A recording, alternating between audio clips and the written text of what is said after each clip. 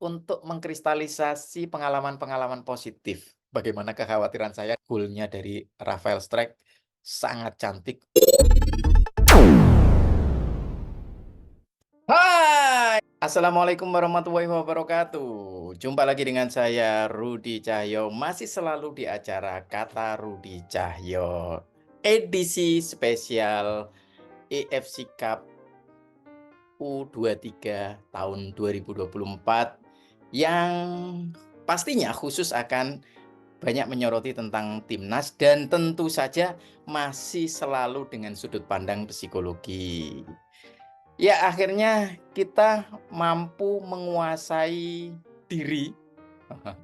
Akhirnya para pemain bisa menguasai diri mereka dengan bisa menguasai diri, maka mereka bisa mengontrol lapangan, termasuk akhirnya ritme permainan dari lawan juga bisa dengan sendirinya akan terkontrol dengan cara kita bermain, ya, dengan cara timnas U23 bermain. Jadi tadi malam tim Korea U23 melawan tim nasional U23 berakhir dengan hasil yang memuaskan, yaitu kita menang lewat adu penalti dengan skor 10-11 ya. Dengan skor awal 2-2, lalu kemudian dilanjutkan dengan babak perpanjangan waktu dan akhirnya masuk ke babak adu penalti. Dan di adu penalti itu kita menang 11 lawan 10 ya. Ya, maksudnya juga secara pemain kita 11, mereka 10. Nah, artinya skor kita 11 dan skor mereka 10 dari adu penalti tersebut. Sebenarnya kemenangan ini sudah ada ya di pemikiran saya, nggak tahu kenapa kemarin saya yakin Indonesia akan menang lewat adu penalti. Itu nggak tahu ya, mungkin ada beberapa orang yang punya intuisi yang sama ya, bahwa nanti menangnya, akan lewat adu penalti. Meskipun saya tidak terbayangkan sampai dengan, 11 kali tendangan itu ya. Nah, yang kenapa lewat adu penalti mungkin karena ya saya mengamati, pertandingan-pertandingan sebelumnya, termasuk saya nonton pertandingan Korea lawan Jepang juga, begitu dikdayanya Korea Selatan dan hebatnya Jepang pada waktu itu. Artinya dengan serangan-serangan Jepang yang hebat, Korea Selatan begitu dikdaya, makanya saya berpikir karena dari permainan-permainan bagusnya Indonesia itu, sebenarnya kita layak menang di berbagai pertandingan, hanya saja yang mau kita hadapi Korea. Sehingga, tiba-tiba di pikiran saya menciptakan balancing itu ya, ini nanti tetap saya merasa yakin Indonesia menang. Karena tren pertandingannya itu meskipun apapun bentuk serangannya Indonesia, meskipun sebenarnya serangannya juga bagus-bagus sejak bermain lawan lawan Qatar, Australia, dan terakhir kemarin Yordania, itu serangannya bagus-bagus. Tapi meskipun ada pengendoran serangan, mungkin sesekali melakukan kesalahan passing, tapi saya percaya dengan luck-nya tim Indonesia U23 saat ini. Jadi ada faktor luck juga. Jadi bukan murni luck loh ya, perlu digarisbawahi, tapi ini memang faktor permainannya sudah bagus. Tapi sebagus apapun ada naik turunnya permainannya, itu tetap saya merasa ada keberuntungan yang akan ada di pihak kita. Itu kuat sekali feeling saya di situ, namun yang kita hadapi adalah Korea, sehingga ya itu tadi, moderasinya akhirnya di pikiran saya itu adalah menangnya lewat adu penalti. Dan alhamdulillah kita sudah menang, dan capaian ini kalau saya lihat memang capaian-capaian yang sangat luar biasa ya, tidak hanya soal skor 11-0, tidak hanya soal skor 11-10, juga tidak hanya sekedar karena kita menang lawan tim besar, itu juga sesuatu yang spesial. Tapi ada sesuatu yang sangat mendasar, yaitu kemenangan tim Garuda Muda dalam menguasai dan menaklukkan dirinya. Mental mereka sekarang sudah semakin kuat. Nah ini, kalau saya lihat ya dari ekspresi mereka, dari cara mereka bermain, itu mereka udah nggak merasa inferior sama sekali, nggak ada sungkem-sungkemnya sama ini ya, sama, tim Korea Selatan, nggak ada salim-salimnya sudah. Jadi udah bermain los, udah seperti tim yang setara aja ya, seperti tim dengan level sepak bola yang setara. Jadi ini sangat membanggakan buat kita. Masih ada langkah berikutnya, kita sudah masuk ke semifinal ini, artinya, eee, kita selangkah punya tiket untuk masuk ke Olimpiade Paris.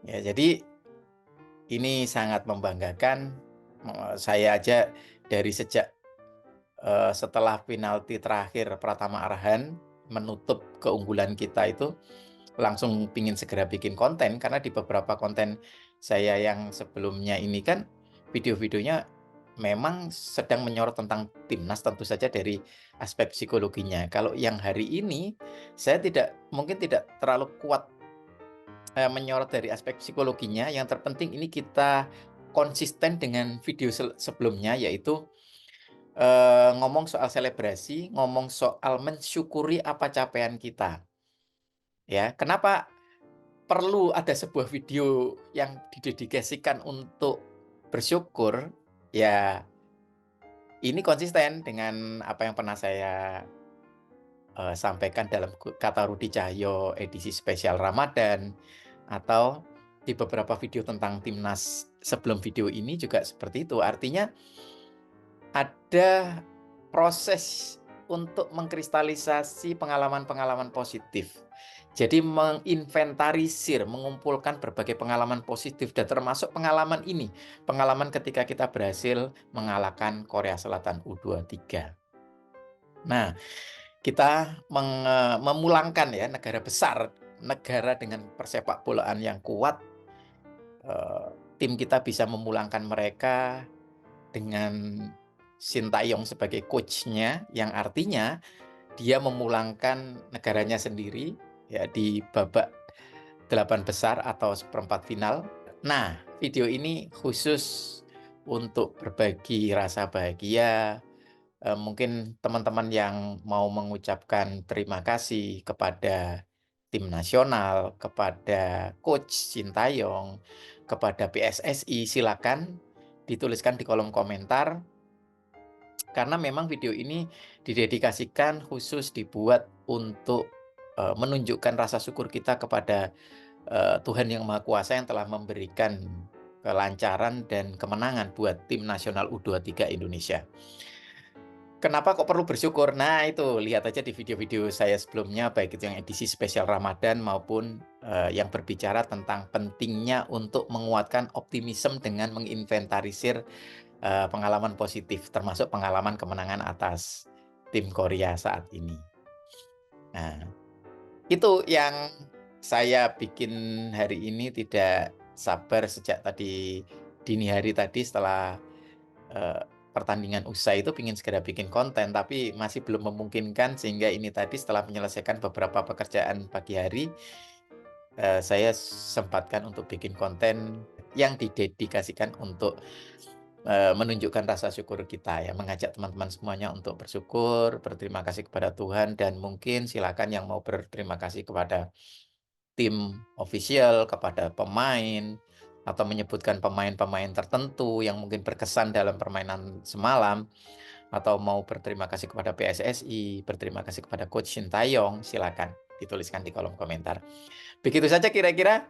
Nanti akan kita sambung, mungkin kita akan bahas sesuatu yang spesifik dari pertandingan kemarin, butuh mengamati lebih detail lagi, termasuk mungkin bisa saja saya profiling lagi, melakukan atau membuat psikografi untuk, pemain-pemain tertentu, misalnya Rafael Strijk, yang di video saya sebelumnya sempat saya khawatirkan karena tendangannya ke gawang selalu mengarah ke penjaga gawangnya gitu ya. Tonton aja di video sebelumnya bagaimana kekhawatiran saya, dan tadi malam golnya dari Rafael Strijk sangat cantik.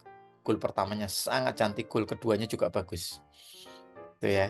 Dan nanti barangkali saja saya akan bikin psikografi atau profiling psikologis dari Raphael Streyk. Demikian dari saya, dukung terus Rudi Jaya TV dengan cara, tonton video-videonya, tonton dari awal sampai akhir, like videonya, share ke teman-teman, sobat Rudi Jaya TV sekalian, dan jangan lupa yang belum subscribe, buruan subscribe. Sampai ketemu lagi di video selanjutnya. Assalamualaikum warahmatullahi wabarakatuh.